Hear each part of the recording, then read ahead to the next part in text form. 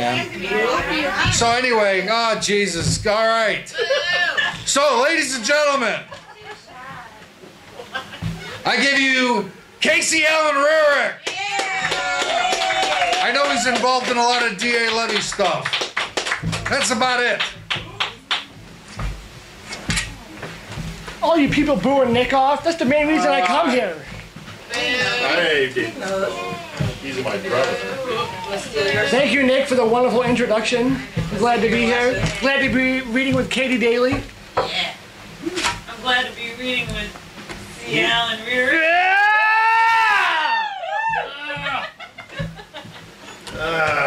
Alright, so I'm going to read some poems. This first one is called What It Is. It's a true story. On the night it all happens, what do you do? I thought about my mother's alcoholic father, the story of how he burned down the neighbor's house, as if he were Nero and they the Christians.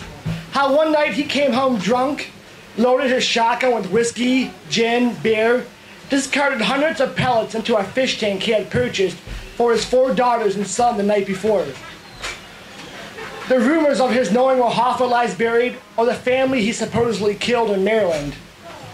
I have on my bedroom wall a framed black and white photo of him sitting at a table in a bar with his wife and his mother. It hangs there like a mirror. In it, his face is as hard as mortar, his eyes like a cavity in the teeth of time, as distant as black holes where nothing good escapes. As a child, I had never imagined such anger could exist in one man, let alone in my own grandfather. I had never known what it is to be him, or my mother, a woman who, for 18 years, sang his rage like a pop song stuck in your head for days and days. On a drive home from a sports bar one Monday night, instead of eating steak for 99 cents as planned, I got loaded off a dozen or so Heinekens. My girlfriend and I did what we did best, argued. She screamed and yelled, her arms flailing, nails pecking at my face as if Hitchcock's The Birds were a live puppet show in a Toyota Corolla. In her building's parking lot, after having kicked in her car's center console, I knew, well, with not a slip of judgment, but of bottles, words, hands, after I had pushed her hard to the ground, what it was to be my grandfather, what it is to be less than human.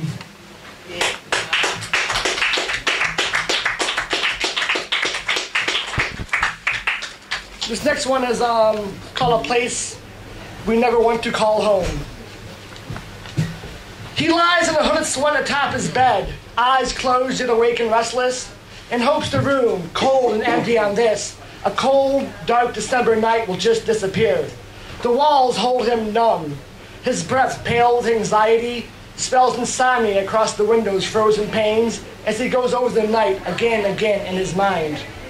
The tips of his fingers twitch. Stained with sin, they press into his mind the image of a young girl's supple thighs, smooth and whole.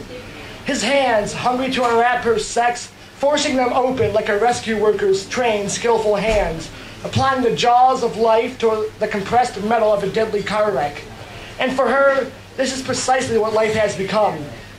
Down by the riverbanks where after church every Sunday he cuts crayfish, torture frogs, and skip stones, he left her half-beaten, a dying dog, face shoved down in its own shit to prove a point. On the other side of town, life will pause. A thoughtless fist will splinter drywall. A mother's tears will fall to break her, like a window shield spiderwebbed into 1,000 pieces, or an atom split into over 1,000,000 particles. The cracks in their voices a sound too heavy to describe. The boy's mother too will cry, not for him, but for a young girl's lost chance at life, normal and carefree. Cheerleading practice is canceled. Prom, driving lessons, the tall skinny boy in the back of algebra class, with whom she shared a kiss beside the water fountain after class, no longer of strict importance.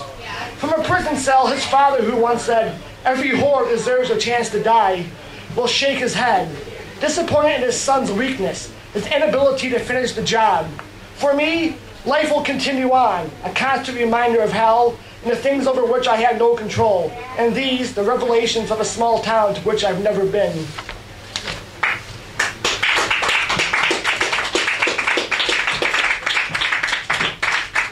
This one's called Wide Awake on a Sunday Morning. Relax. I have a tendency to read really fast. So. Super fast. It's better than half-assed. Oh, Dad. Oh, Right. oh, Right. it's flying now. Poor, in need of money, she moved nomadic, motel to motel, recklessly sleeping around with any man her black fishnet stockings could snare. Her thighs, as thick as sinner's guilt, lip-rimmed and pouty, drove all the men wild. Their once-lipped cocks now flushed red with life, brought back from a dead sea of masturbation and worn-out old housewives unattractive, too tired and fat to create small miracles. The men pandered to her, bought her gifts, Chanel No. 5, sexy little things by Victoria's Secret, bowed down to her as if she were the second coming of Christ. And maybe she was, when one night they found her face up, gutted and splayed, nailed hard on a bed, body dug into deeply, not with a dick or lust, but a hunting knife, serrated and sharp, something with which to gut a pig. All the time and greed, her eyes were filled blank with what she deserved. Said one woman, she had a disease. She didn't die for our sins, she died for hers.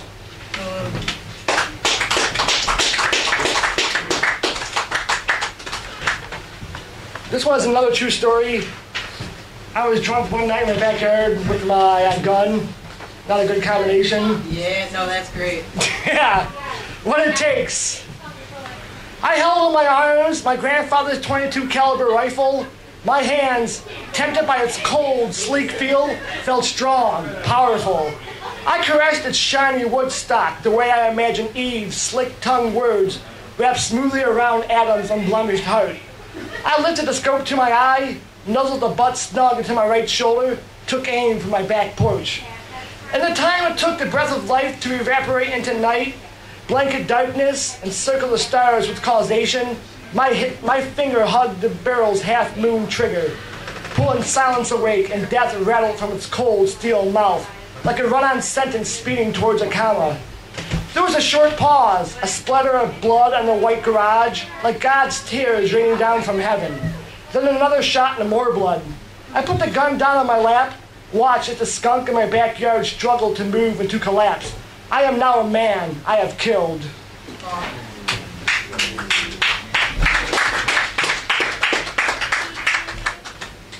Am I reading slower? Doing better.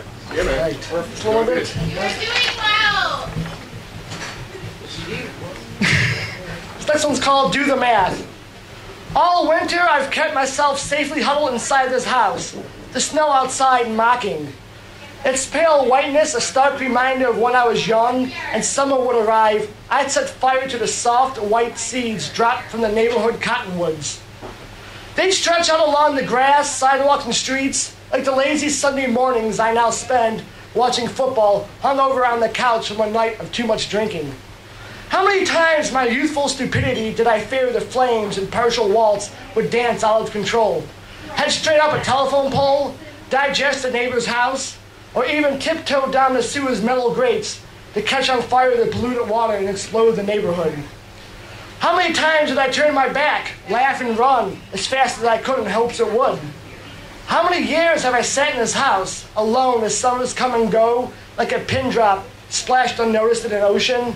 My body flat and idle, like an old piece of driftwood, my mind stale and too stubborn in its selfishness to acknowledge that young boy, my hands refusing the careless excitement of setting fire again to life.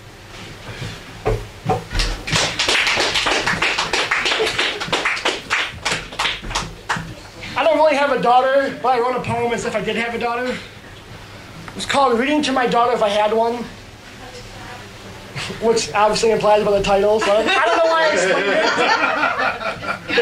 it. Screw you hippies.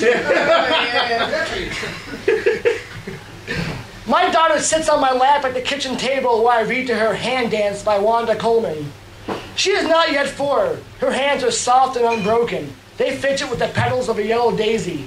I softly tell her that her mother was a good woman, but we had many differences. Mango, passion fruit, wool.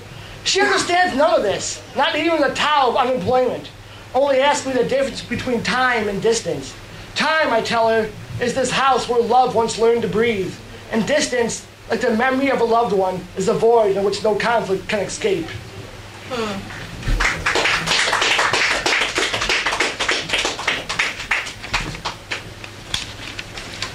This one's called Even the Clouds Were Silent Last Night. It's dedicated to my girlfriend who's sitting over there or over there. Over here. Hi. What's her roommate? What's her roommate? Is she available? Very Who, my girlfriend? No! roommate. The roommate, yeah. Her name's Erica. She is fantastic. Yeah. Hey, Eric, you like old guys with berets? Read the palm. This is fucking too much. I can tell it's gonna get out of hand tonight. The stars burned the sky last night under my back porch. We waited, speaking in stolen glances under pockets of darkness, our skin numbed and safe, the geometry of our words unharmed. 2 hours passed the time and the world did not end, only hung in an influx of imagination, augmenting silence across the footsteps of our lips. It's been so long since our compliments were this flawless, we said. So we held idly by, counting the pauses in each other's breath, lost track and laughed instead at each other's banal pursuits. Me, flirting with the answers of a crossword puzzle, her, smoking a pipe of fine Chiba, as if it were early October in some Amsterdam speakeasy, clouds of dun-drab broom as thick as funnels. The hours cascaded deeper. We agreed that an anatomy at a time was safe from tabloid libels, not just tonight, but for all eternity, and smiled. None, too, the night would not end if we never went inside. I still read too fast? No? All right. I'm looking at Katie. Am I reading too fast? No, I'm just a little distracted by the roommate over here. No! Way to steal the show, Erica! Sorry, Timithy. Boo, this girl! I do. I didn't know them. This one's called Death, the Only Solution. Yeah, that's right. That's the answer. 2 men dressed in their Sunday best, sports jackets smooth and purple, dress pants creased and pleated, shoes black and polished shiny as God's teeth, was spotted after Mass standing hand in hand in the church narthex. Other members of the congregation took notice as well, the folds of their old wrinkled faces pursing with shock, as if the communion wafers had been replaced with lemon wedges. Soon, whispers spilled ear to ear, talk of damnation, disgust, excommunication, a syllable of eyes gathering in small cliques sounding out the men's ugliness. More than aware of the situation, the 2 men stole outside to be alone and out of sight. On the church steps, they pressed without care, lip to lip, the rhythm of their unrecognized, unwelcome love. The heavens be damned if they should be too. Within seconds, a small bevy of men slinked outside to witness the abomination. Their shirt sleeves unbuttoned, pushed up past elbows, bony and white, shoelaces tightened like nooses, ready for the gallows. They circled the 2 men, and without warning, like a thief in the night, punches and kicks were cast. Forgiveness but a stone's throw away. Love your neighbor as you love yourself, unless your neighbor is gay. The 2 men folded like lawn chairs to be put away for winter storage. The whole time, the men yelling, "Sinners! Faggots! God hates homosexuals!" The 2 were left for dead, a bloody mess, skulls caved in, cheekbones shattered and broken, according to the attackers, like the laws of God. Clothes were torn to pieces, divvied up like Christ during his crucifixion. The 2 men's shoes no longer shiny as God's teeth, now stained blood red in the name of Christ, bearing instead the reflection of man, creation's fatal mistake.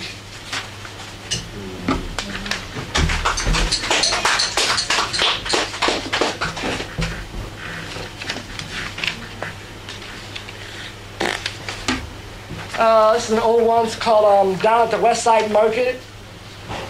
Down at the West Side Market, homeless men and women petition for your dollar, tell tales of intrigue and adventure, wave their homeless grapevine periodicals in an obtuse, wayward manner.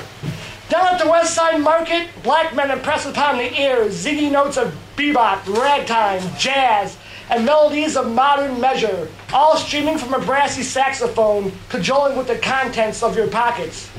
Down at the West Side Market, the din from 1,000 or more murmurs ricochet through the halls of human thought. The busy eyes of patrons dart from face to face, scuttle down deadpan pathways, dilly-dally with the fly-by-night merchants of the day over onions, cabbage, rhubarb, pig's feet, pomegranates, and correct change. Down at the West Side Market, the melting pot of diversity, history, and lore dawdles in the crowded balmy air. The present world slips into a ghostly pause, and life bustles about, unfettered by the cascading constraints of time's obtrusive touch sweltering in our soul.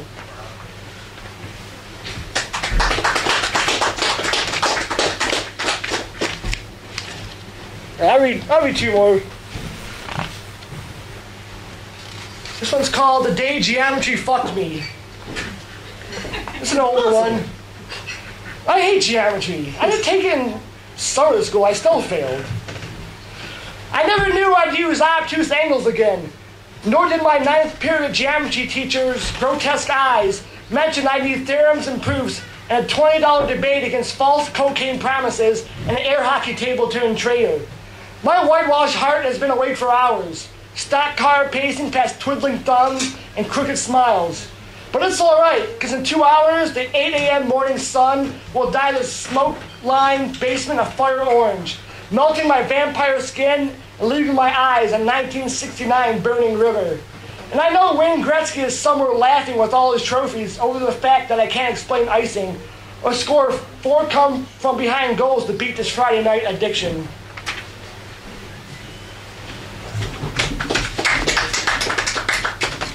This last one, I don't have a title for it yet, so it's untitled, obviously.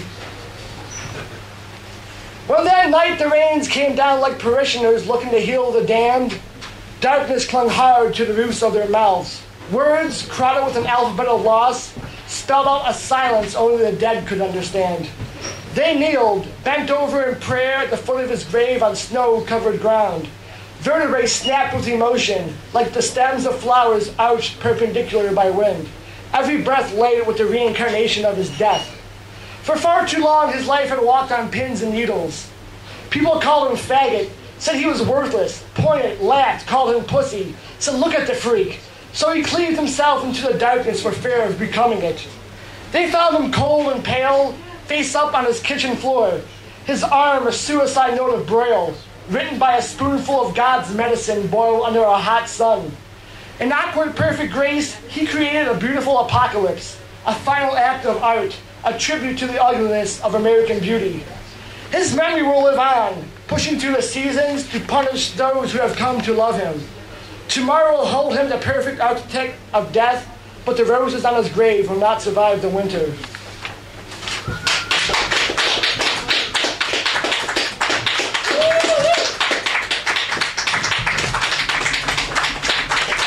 Thank you. And the words of Kurt Vonnegut, so it goes.